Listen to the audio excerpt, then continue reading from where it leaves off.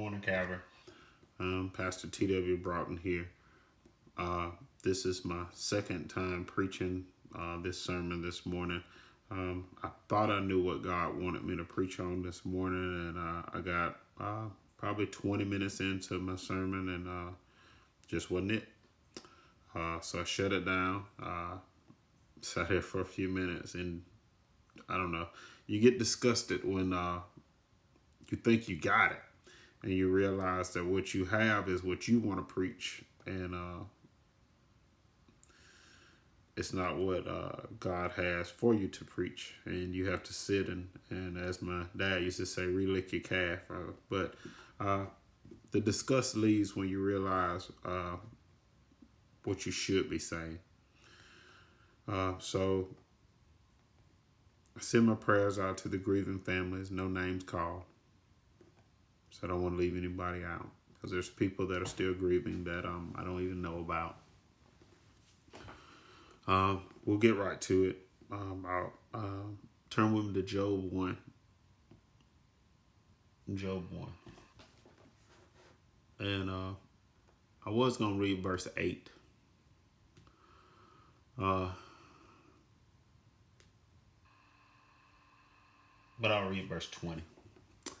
It says, "At this Job got up and tore his robe and shaved his head, then fell to the ground and worshiped."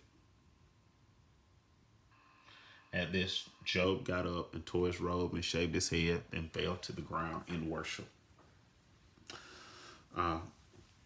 And we'll be preaching from the title of "If I Had Only Known." If I had only known.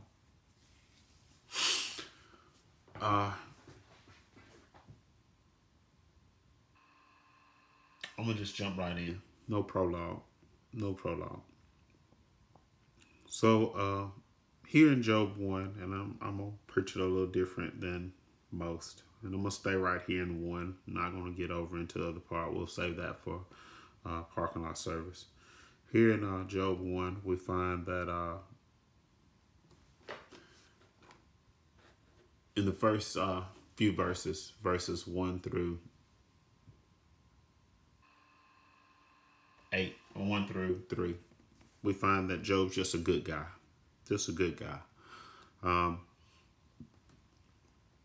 He's living life the best he can. And just based on the order of things, it shows you how his life is ordered. It says where he lives. Then he says that he loves the Lord. Then it talks about his children. So he loves his children. Then he loves his things. It talks about all the stuff that he has, all that he's been blessed with. It goes on to say that his children are imperfect beings, as we are, as we all are. They have these parties, and it sounds like they get a little drunk. And Job knows about these parties, and from what I can best tell, it doesn't sound like he so much shuns the party, but he knows about the parties. And he knows that the parties are wrong, because at the end of the parties, he goes up and he tries to purify them in God's eye. Sounds like he loves his children, loves his family. Job loves his family. And we all have imperfect families. And if you read right here, his family contradicts the person that verse 1 says that Job is. It says that Job was a blameless and upright man that feared God and shunned evil. And then it described his family as a partying people that on a very regular occasion sounds like they got drunk. So much so that Job would have to have them purified and give sacrifices to the Lord on their behalf. But despite the fact of their imperfections and their differences, Job loved his family, man. They had their quirks. They had their imperfections. They might have drank a little too much. They might have been a little too loud. They might have been this. They might have been that. But all in all, they're the family that God gave him, and it's a stark contradiction between who Job is and who his family is or was. But even in the stark contradiction, you know he loved them because he thought enough of them to go down and sacrifice for him. It literally says that he burnt sacrifices for him. So he sacrificed for him. And they said that he did it on a regular basis. It was his custom. So he loved them so much that as they sinned, he took their sins to the altar for them. He didn't uplift them in what they did, but he loved them so much that he wanted to make sure that whenever that day came, that their souls would be lifted up in heaven. And I just want some people to know before we get all the way in that our family is like Forrest Gump says, a box of chocolates. You open it up and you never know what you're gonna get. But they're ours, and you have to love them for what they are. I personally like chocolate cream, and when I bite into it, I find great joy. But when you used to get that Valentine's box and you would look at the different chocolates, they basically all look the same. And you didn't really know what you got until you really got deep down into it and bit into it and got a mouthful of whatever was inside. And then you had to make a decision of did you like it or not like it. But whether you got the one that you liked, the one that you didn't like, all in all, you liked the box of chocolates. That's kind of how our families are. They all look the same. When you get deep down into them, there's some that you like better than others. But overall, you love your family. That's where Job was. And in verse 6, we find that the devil presented himself in front of the Lord, and they had a dialogue, meaning two, conversation between two people. And the devil and the Lord were having a conversation about Job. And this conversation also enthralled his family. And I'm sure that if Job had known the conversation that the Lord and Satan were having behind closed doors, I'm sure that if somehow he could crack the doors of heaven and just peer in and listen to the whispers, I'm sure if somebody had called him and said, Job, you need to listen in. God is talking about you today. At that point, he would have went and hugged his family and told them all the things that he wanted them to know. And he wouldn't have been as concerned about the things that they had done wrong and more about who they are and what they are. And I'm sure that he would have hugged them all individually and talked to them a little more closely. But unfortunately, he didn't know, and because he didn't know, he went on about his business as most of us do, and we allow some things to become so important in our lives that it never really says that Job ever sat down with his family. It sounds like the fact that they drank and they partied almost separated them physically, even though he loved them enough to take them their sins upon the altar on a regular basis. It says as a regular custom, but nowhere in here does it say that Job actually sat with them and talked with them. There's nowhere in here where it talks about a conversation, but I'm sure if he had known that this conversation was going on between the devil and God, I'm sure if he had known that the future held, I'm sure if he had known that this time might be the last time, I'm sure if he had known that this birthday party might be the last birthday party, even though that they're a loud and boisterous group, even though that they have some differences that they have to get around, even though sometimes the way that they talk gets on his nerves, even though that they might drink a little bit, and when they drink, they might say things that he doesn't find befitting of a man of God, even though that some of the things they do, he just doesn't really care for, even though all those things are true. I'm 100% sure if Job had known that verse 6, 7, and 8 were going on in the heavenly realm, I'm sure if he had known that this day, this party, this time might be the last time that he got to hug and kiss his family, things would have went a little different. And I'm sure some people out there that are saying, if I had only known, If I had only known that God was planning in his infinite wisdom in the heavenly realm that today was going to be the last day, if I had only known that I wasn't going to get to hug my loved one again, if I had only known that this time was going to be the last time, if I had only known that the last time I talked to him and it ended in a fight, if I had known that we wasn't going to talk anymore, I would have called him back and I would have apologized. If I had only known that we weren't going to see each other again, I wouldn't have let it end it on the note that it ended on. If I had only known. But I want y'all to listen to me. For you all out there that hadn't lost, for you all out there that still holding on to somebody, there's people out there that said that if they had only known. Well, I'm telling you, there's going to come a day where it's going to be you saying, if I had only known. I'm telling you that there's going to come a day where either somebody's going to lose you or you're going to lose them. So I want you to treat every day as if it's the last day. I don't want any day for the sun to go down because you don't know what's going on in the heavenly realm. I don't know what God is saying about me. I don't know if the devil came today in a group of angels to speak to God, have a dialogue with him. I don't know if God said, have you considered my servant Wyatt? I don't know. So every chance I get, I hug my babies. Even when I'm mad at them, I try to apologize or we try to get over it and we try to hug and we try to make up. I don't know if today is the day that the devil comes in a group of angels and he says, have you considered my servant Wyatt? And in that consideration, something happens to my wife. So I try not to let our arguments last too long.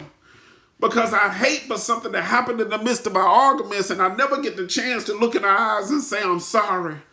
So for you all that said, if I had only known, there's nothing you can do now. But for you all that have opportunity, hear what I say. If you had only known, well, you know, one day it's going to be your day.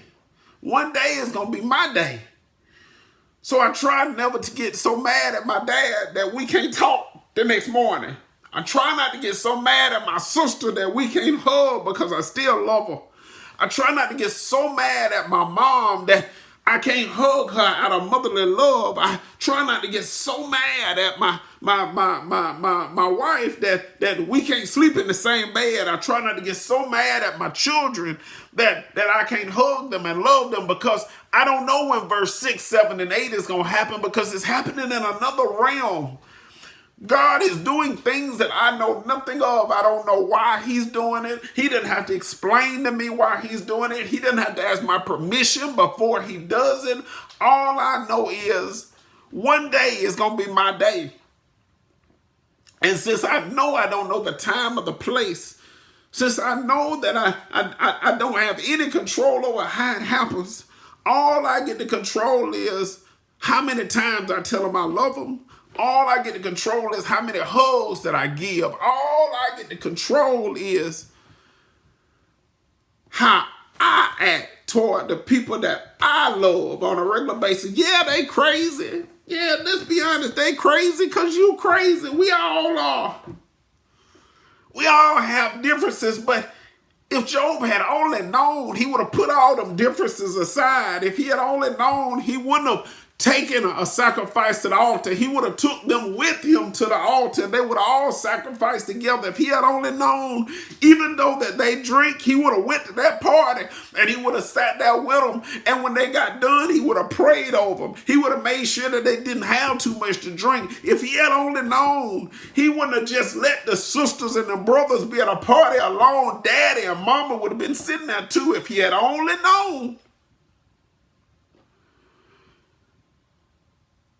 But after 6, 7, and 8 has happened, after the dialogue between Satan and the Lord has occurred,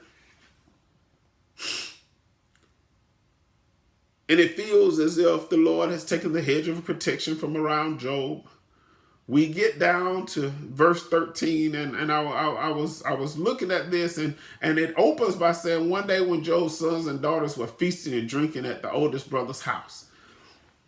Now, that actually had nothing to do with what that section was talking about. So 14 says, a messenger came and said the oxen were plowing and the donkey was grazing nearby, and the Sabians attacked and made off with them. So this verse was actually about donkeys being killed. That's what, so it was actually saying that Job had lost his oxes and his donkeys. But it opens by letting you know that the children were drinking wine at the oldest brother's house. So this lets you know that one, they're in two separate places. And two, the children are doing something that Job does not deem to be holy. It does not go along with who he is. And it has separated them in his time of need. So right now, Job is focused on a donkey. He is focused on the fact that he has lost, but I'm pretty sure if he had known what was going on in the heavenly realm, if he had known that the losing of the donkeys and the losing of the camels was the predecessor to the losing his children, if he had known this, he would have been at that table, and the servant would have had to come to the oldest son's house to find Job. I'm sure if Job had known what this was preceding, he would have rushed to his family's house. He wouldn't have worried about no donkeys, and he wouldn't have worried about no camels, and he wouldn't have worried about no stuff. He wouldn't have worried about no raiding parties. He wouldn't have worried about no sheep. See, sometimes we get so caught up in stuff that we get preoccupied with the loss or the gain of stuff, and we have not realized that our whole family was together and we wasn't there. We let the little mundane things. Some of y'all ain't been together before COVID. Y'all people say we ain't together. Y'all wasn't together before COVID. You don't call each other. You don't check on each other. You worried about mundane things, donkeys, camels, and goats, and his family was together and he wasn't there.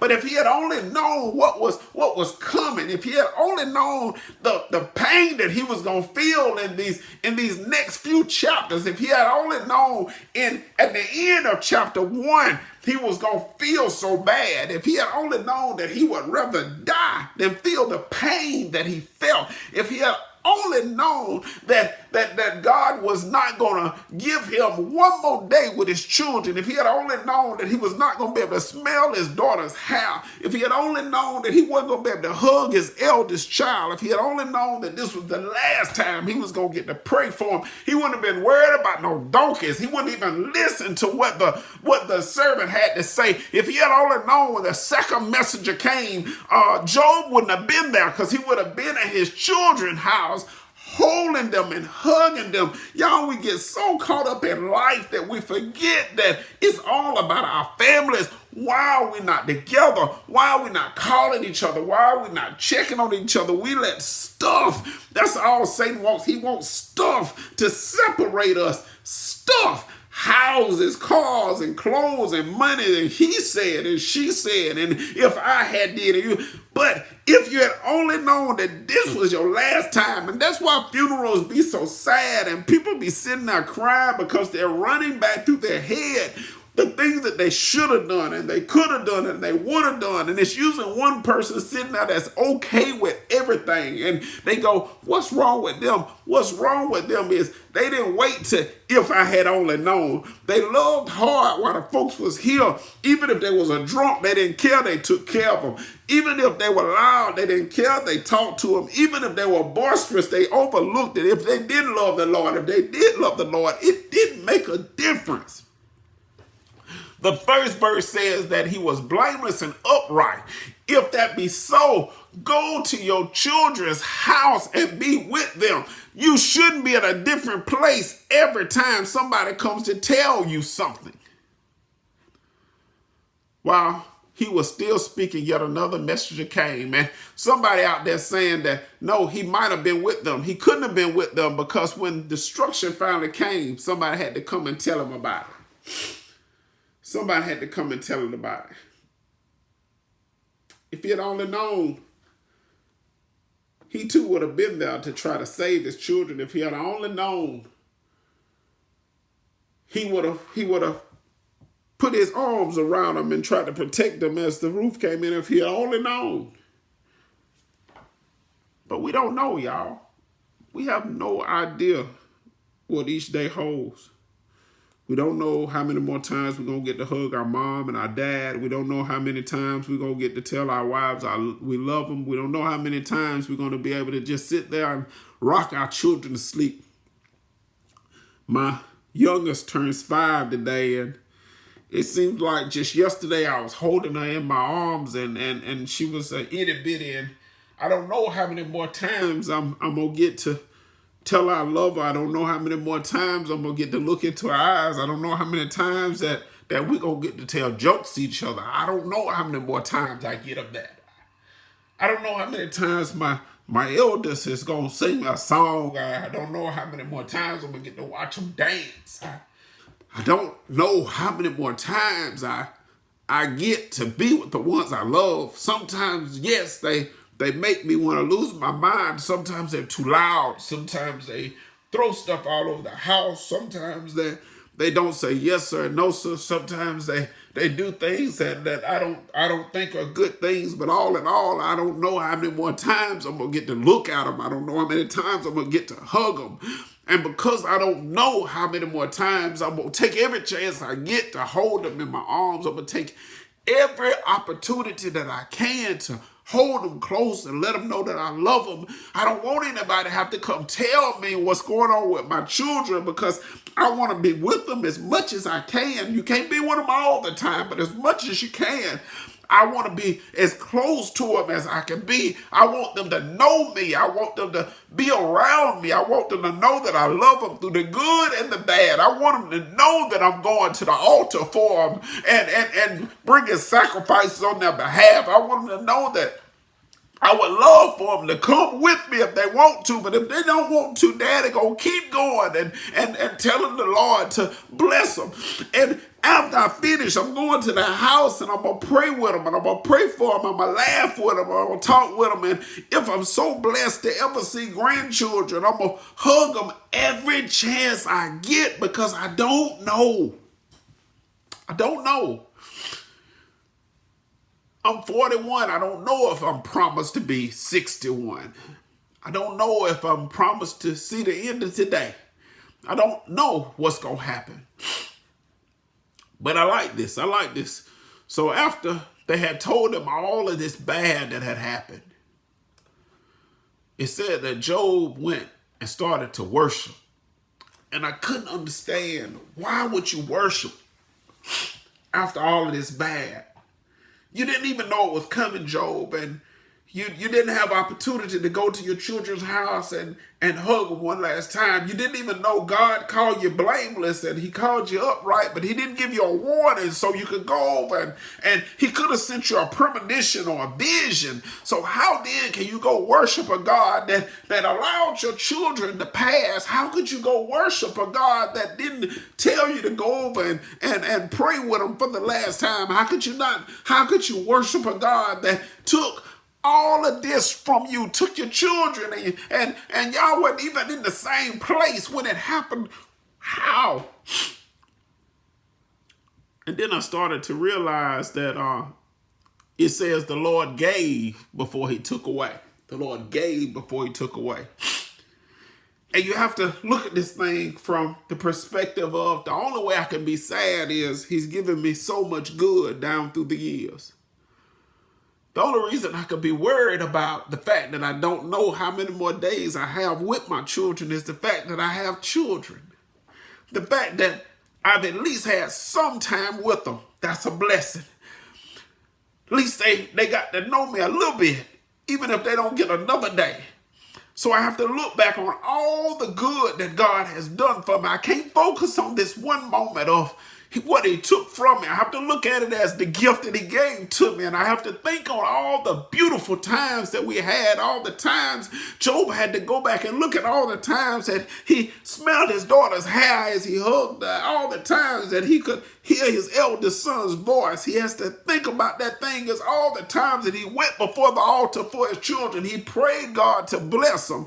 He has to look at that thing for God blessed him with 10 healthy children. He was blessed and highly favored. Now, don't get me wrong, it hurt in the moment, but he had to look at it and say, God, thank you for all that you've done. You've done so much. You've gave me so much, Lord. You didn't have to do what you did. You didn't have to give me the time that you gave me.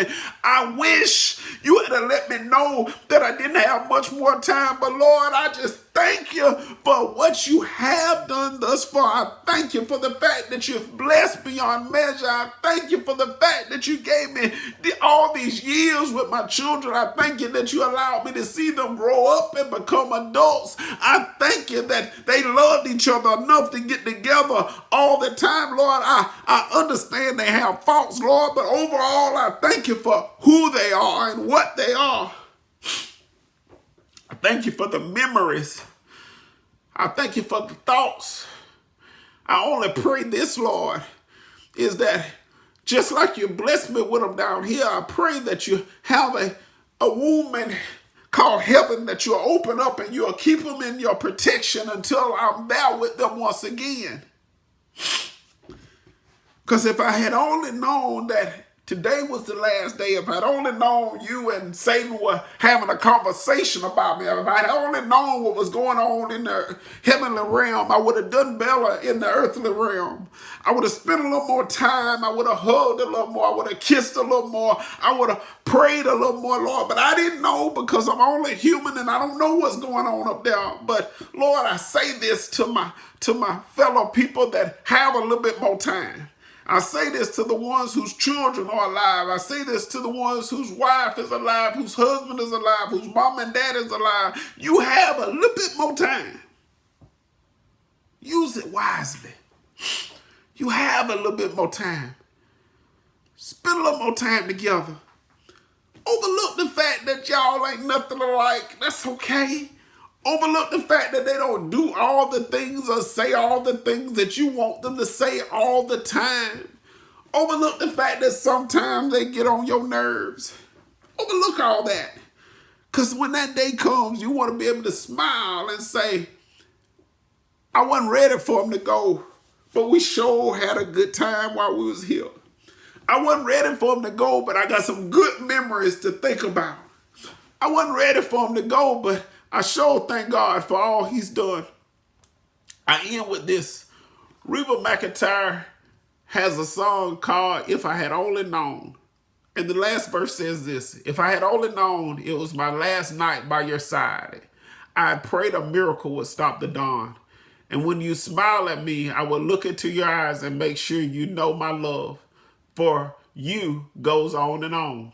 If I had only known, if I had only known the love I would have shown if I had only known. We don't know the time or the place. We don't know when all of this is to come to an end. But I will say this, it does. Eventually it does. Spend a little more time with your loved ones. Overlook the foolishness. Overlook the differences. And just pray for one another. Amen.